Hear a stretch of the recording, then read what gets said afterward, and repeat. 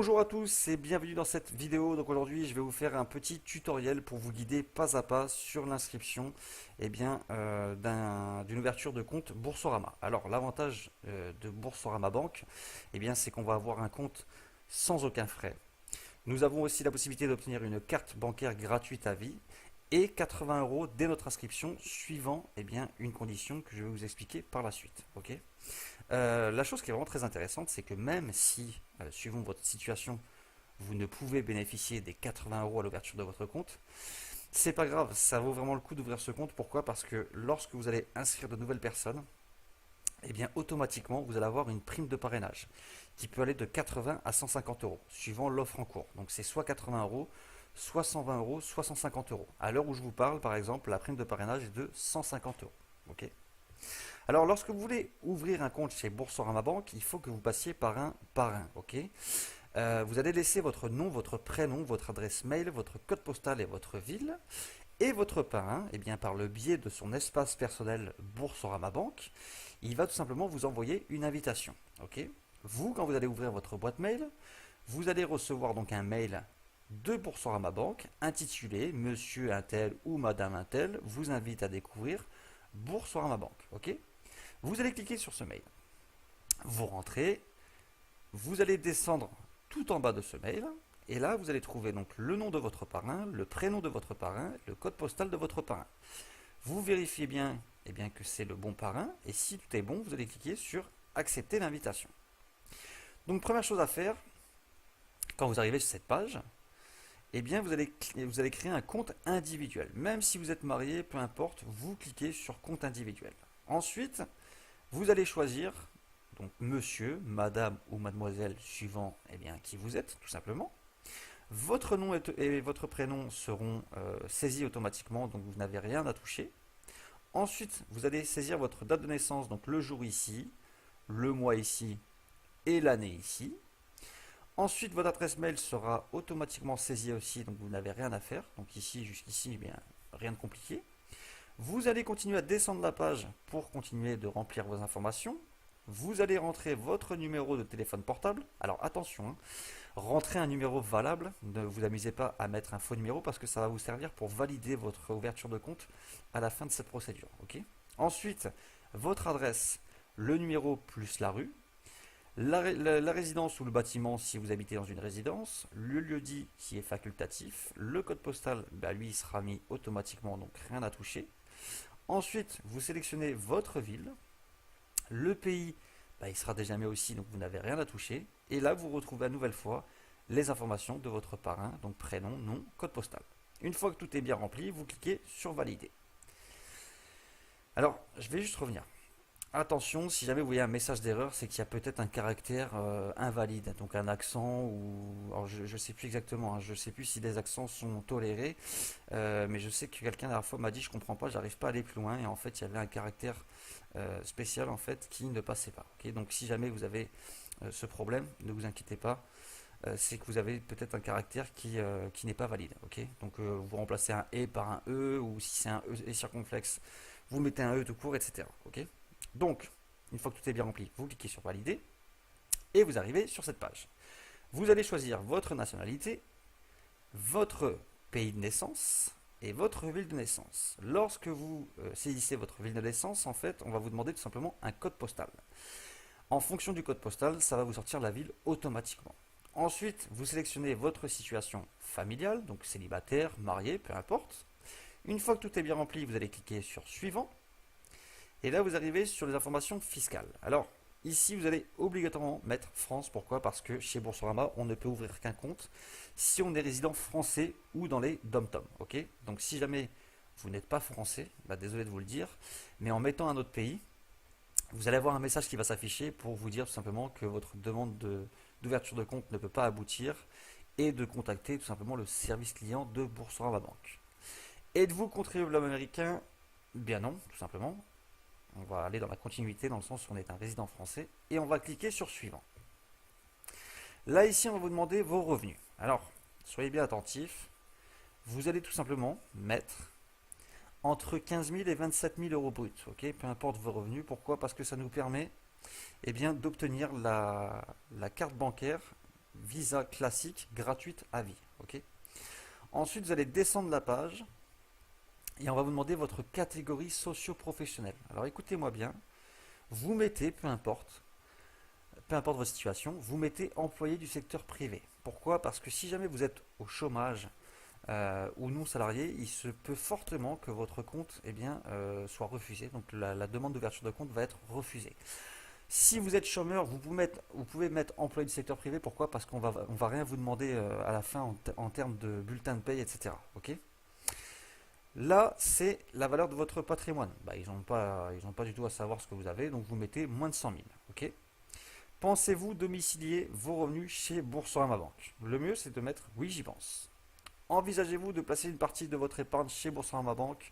Vous mettez oui, j'y pense. Pourquoi? Ça fait toujours mieux et ça ne vous engage à rien du tout. Ok. C'est pas parce que vous avez mis oui, j'y pense qu'on va vous obliger à faire quoi que ce soit. Une fois que ça c'est fait, vous allez cliquer sur valider. Donc là, on vous dit Monsieur Intel, nous vous invitons maintenant à personnaliser votre offre en choisissant parmi les produits ci-dessous. Vous allez avoir plusieurs produits. Alors, ici, c'est très très important. Soit vous êtes employé et vous gagnez minimum 1000 euros par mois et à ce moment-là, vous prenez la carte bancaire. Par contre, si jamais vous êtes chômeur, vous ne prenez pas la carte bancaire. Pourquoi? Parce que sinon, on va vous demander vos 2 derniers bulletins de paye. D'accord? Et donc là, ça va être un peu le bazar parce que vous avez dit que vous étiez employé de secteur privé et vous n'avez pas de bulletin de salaire à leur fournir. Ok. Alors que si vous ne prenez pas la carte, on ne vous demandera pas du tout de bulletin de paye ou quoi que ce soit. D'accord. Donc ça, c'est très très important. En parallèle, je tiens à le préciser quand même, si vous ne prenez pas la carte, vous n'aurez pas les 80 euros de bienvenue. Ok. Donc bien sûr, si vous êtes chômeur, eh bien vous ne pouvez pas prendre la carte et automatiquement vous n'avez pas les 80 euros de bienvenue. Alors c'est pas grave, ouvrez quand même votre compte parce qu'après, quand vous allez parrainer des personnes, même si elles aussi sont chômeurs et qu'elles n'obtiennent pas les 80 euros de bienvenue, eh bien tout simplement, vous allez obtenir la prime de parrainage quand même, donc qui peut être de 80, 120, 150, et elle aussi par la suite. Ok, donc c'est quand même intéressant d'ouvrir le compte. Donc une fois que vous avez donc choisi votre carte en fonction de vos revenus, donc je le rappelle, soit 1000 euros minimum et vous êtes employé, vous prenez la carte, soit vous êtes chômeur, même si vous êtes à 1000 euros minimum au chômage, vous ne prenez pas la carte. Okay. Ensuite, on va descendre la page. Là, c'est toujours pareil, vous choisissez la carte, donc bleu ou rose. Débit immédiat ou débit différé, ça c'est vous qui décidez. Donc toujours pareil, si jamais vous prenez la carte, si vous ne prenez pas la carte, vous n'aurez pas ces options à choisir. On va continuer à descendre et là, automatiquement, l'épargne, donc votre compte sur livret, va être coché. Donc vous le décochez. Okay. Pourquoi? Parce que sinon, automatiquement, il y a 10 euros minimum qui doivent être toujours présents. Donc dès que vous allez faire un versement pour ouvrir votre compte, il y a 10 euros qui vont partir sur ce compte. Donc ça, on n'en a pas besoin du tout. Donc vous décochez l'épargne. Ici, ça sera décoché, vous laissez décocher. Ici, ça sera décoché, vous laissez décocher. Si jamais toutefois c'était coché, eh bien vous décochez. Puisque le but, c'est pas de vous faire dépenser de l'argent, c'est d'en gagner. Donc vous voyez bien qu'ici, 0,99 par mois, on n'a pas du tout envie de les avoir. Et les 1,51 par mois, c'est pareil. Vous descendez encore, la prévoyance assurance compte, normalement elle est décochée, si toutefois elle était cochée, vous la décochez. Okay. Donc en fait, une fois que tout est décoché, donc sauf la carte bancaire en fonction de vos revenus et de votre situation, vous n'avez aucun frais mensuel. Vous allez cliquer sur valider. Là, c'est le récapitulatif. Alors bien sûr, dans cet exemple, j'ai considéré que vous étiez employé avec un revenu de 1000 euros par mois minimum. Donc là, ici, on me dit qu'il y a ma carte bancaire. Ensuite, quand je descends, il y a mes informations. Donc vous vérifiez bien que vos informations sont bien mises correctement. Donc votre nom, votre date de naissance, votre mail, votre adresse, votre ville de naissance et votre nationalité. Ensuite, vous continuez à descendre. Vous avez votre résidence fiscale, français, vous n'êtes pas contribuable américain, employé du secteur privé, entre 15 et 27 000 bruts annuels, patrimoine moins de 100 000, ok, tout est bon. Vous cliquez sur valider. Donc là, vous allez signer votre contrat de manière électronique. Ça se passe par votre téléphone portable. Ok. Vous descendez la page pour arriver tout en bas. Et là, vous cliquez sur recevoir le SMS et passer à l'étape suivante. Ce qui va vous permettre de signer votre contrat de manière électronique. Vous cliquez ici. Et là, vous avez votre contrat que vous pouvez télécharger et conserver sur votre ordinateur.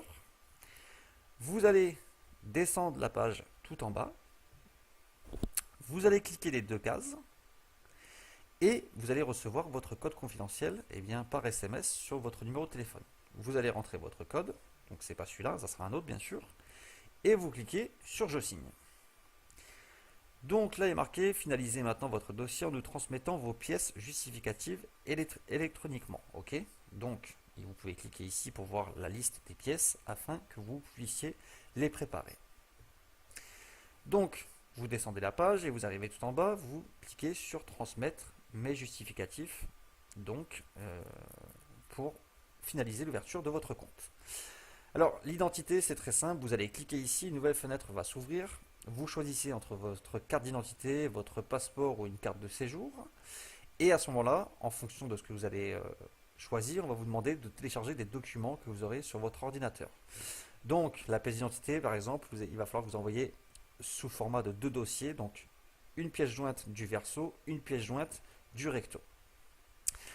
Ensuite vous revenez en arrière et vous allez télécharger un justificatif de domicile. Donc ça peut être une quittance de gaz, d'EDF, ça peut être une facture téléphone mobile, ça passe sans problème. Voilà, un justificatif de domicile reconnu par l'État, tout simplement. Vous allez télécharger un RIB, ok. Vous allez prendre une feuille blanche et vous allez faire une signature sur une feuille blanche. Vous allez la prendre en photo et vous allez la télécharger, ok. Ça c'est pour dire que vous avez bien signé votre contrat, ok. Donc ensuite, je vais revenir en arrière. Une fois que vous avez signé votre contrat électroniquement, et bien vous allez le signer de manière manuscrite, ok. Donc vous signez sur une feuille blanche, vous téléchargez sur votre PC et vous allez télécharger donc sur Boursorama Banque. Les revenus, ça c'est parce que j'ai demandé une carte, ok. Si vous ne demandez pas de carte, vous n'aurez pas de justificatif de revenus tout simplement à fournir, d'accord. Donc une fois que vous avez tout bien fait, ok, tout va être coché en vert. Et là, vous n'avez plus qu'à cliquer sur valider mes informations et finaliser ma souscription. Et le dossier est parti.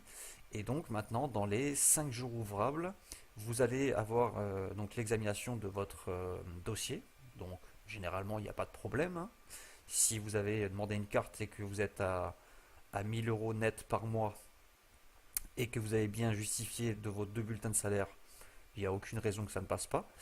Et si vous n'avez pas demandé la carte et que tous vos justificatifs de domicile, identité, RIB, signature sont conformes, il n'y a aucun problème non plus.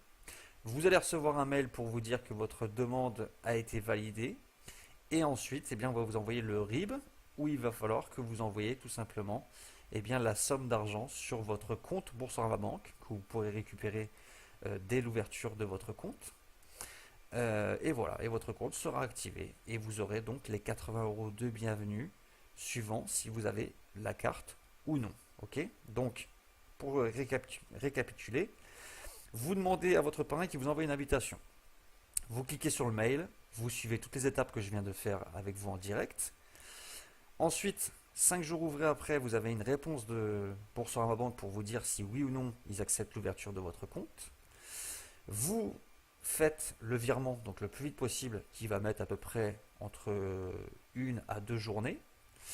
Et là, automatiquement, dès lors où votre virement est arrivé, 7 jours après, vous allez recevoir vos identifiants et votre compte sera définitivement ouvert. Ok. Et vous pourrez donc au bout de 15 jours, puisque ça sera l'ouverture définitive de votre compte, tout simplement faire un virement dans l'autre sens et récupérer l'argent que vous avez déposé sur Boursorama Banque en y laissant au minimum 1 euro afin que l'on ne vous ferme pas votre compte. Voilà, donc c'était vraiment très simple, mais c'est très très intéressant Boursorama Banque quand on veut parrainer des personnes, puisque je vous le rappelle, c'est 80, 120 ou 150 euros. Et je peux vous garantir qu'il y a beaucoup de monde qui gagne de nombreuses primes de parrainage. Voilà, j'espère que cette vidéo vous aidera dans l'ouverture de votre compte. Et je vous dis à très bientôt. Bye bye.